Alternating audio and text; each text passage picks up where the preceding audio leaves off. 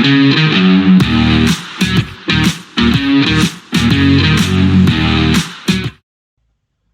welcome back to the Supercoach Enough channel. In this video we're going to look at the updated squad. As of the time of recording, it's the 30th of July, so still a couple weeks away from the start of the season. But since my initial video, I can't remember if I did a second one or not, so maybe this isn't any different. I might just be recording this for my own benefit. But we'll have a look at the team, and there has been some changes made. The first one you'll probably note is I actually do have 0.5 mil in the bank, so under the transfers there.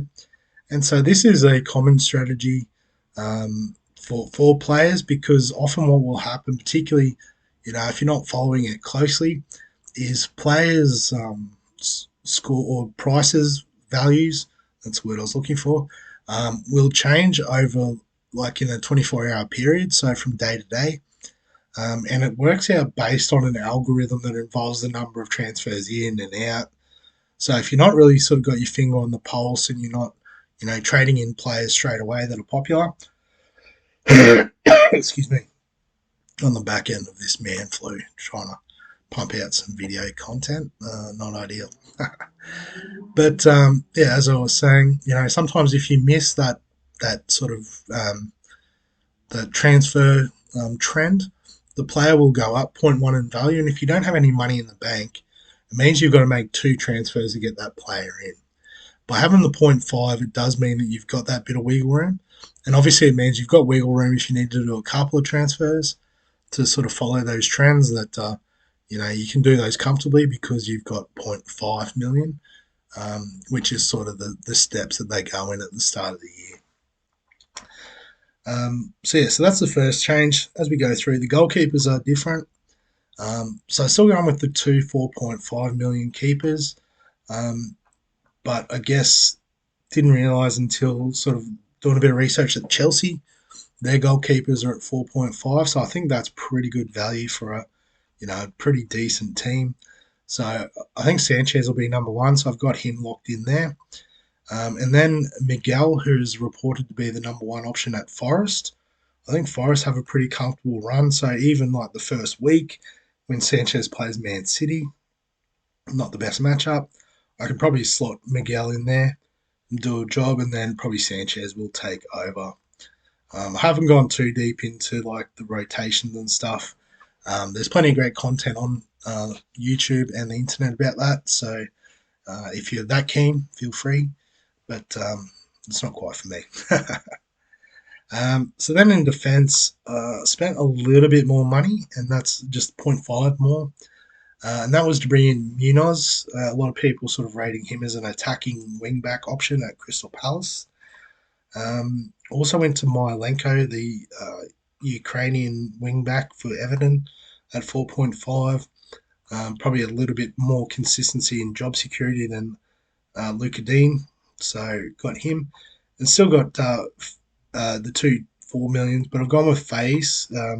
Probably seems to be the number 1 centre back option at Leicester, and then it's either going to be Connor Cody or Jan Vestergaard as the other. And Robinson survived this version of the draft, so he's still in.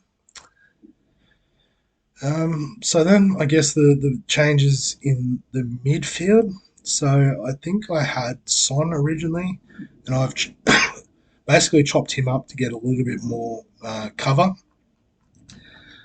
So I've gone with Nkunku, who a lot of people are pretty keen on. Reports are he's going to be fit, probably playing in that number 10 role at Chelsea. Obviously the first week's not ideal, but after that he'll be a great one to have. And I guess with the sort of might have been Son money, I've split that up into Eze and Luis Diaz. So Eze is probably like the main man at Crystal Palace there, with Elise, I think, is on the move. So he'll be on penalties and all that sort of stuff. So it's always good to have those sort of players, get free points from penalties when they come up, which is random and can't really be predicted. Luis Diaz is probably the real pot at the moment, but Liverpool have a great run first up, so I thought I want to keep Salah, so I've kept him. I want to keep want to get another asset in. I think Diaz is probably the most nailed on. Again, with a new manager, it's hard to tell what he's going to do. But I think, excuse me, based on what I saw from the Betis trial, Diaz is the sort of player that could do a bit of damage. Sort of with the false nine setup that Arne Slot's got. Diaz will be making those runs in behind, a bit like Salah. So definitely a pod, but or I guess they call them differentials in FPL to use the correct terminology. But he might be the one that changes. There's plenty of time to go yet.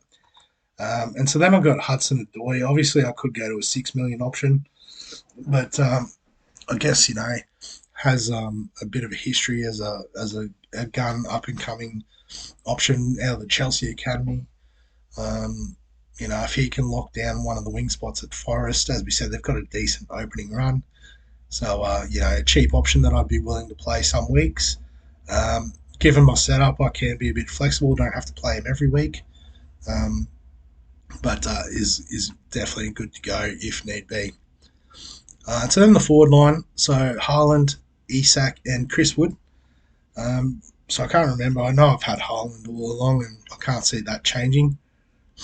Just too hard to get to if you want to get him in. So I'm just going to start with him. Can always downgrade if it doesn't work out. Isak is probably the other, gun forward. I probably got him above Watkins, so I thought, well, if I lock these two in, and then I can work the rest of the team around that. And Chris Wood at 6 million provides a bit of value. Did pretty well in the second half of the season. I think Forest are just a bit more going for a bit more of a pragmatic, direct approach, solid defence, all that sort of stuff. And so, Chris Wood is definitely the sort of guy that can benefit from that again. Decent enough draw to start with. So, so they're the transfers that I've made. In terms of the game week one team, I've benched Isak, which is incorrect. I don't know what's happened there. Probably bench Hudson Odoi. So, and actually want to start Miguel over Sanchez. So, excuse me. So a couple of changes there. Obviously, Captain Salah, if you've got him in your team game week one against Ipswich. VC on Haaland, because he's Erling Haaland, let's be honest. So, not too much different there. Just a bit of a shout out to those that have joined up to the league. So I can see Shoab, he's involved with everything, so fantastic to have you aboard. Marshall, that name's not familiar, but Jed Mack is bottom. Not sure what that means, but I'm sure we'll find out throughout the season. Shano, he's back. Welcome, Shane. Cooper with Havertz got a clue. I like that name. Matt, who's the supporter of the channel. Welcome aboard, Matt. And Lamb Sauce with Sam. I think I must have done a video before because I feel like I've given Sam a shout out before too. So what do we got? 7 teams. That's a good start. Obviously, if you want to join in the league, I will add the league link in the description below the video. I should just put the code in there too. So basically jump on, pick a team, and then add yourself into our league. It is a head-to-head league as well, so particularly if you're not sure at the start and you lose a couple of games, don't stress.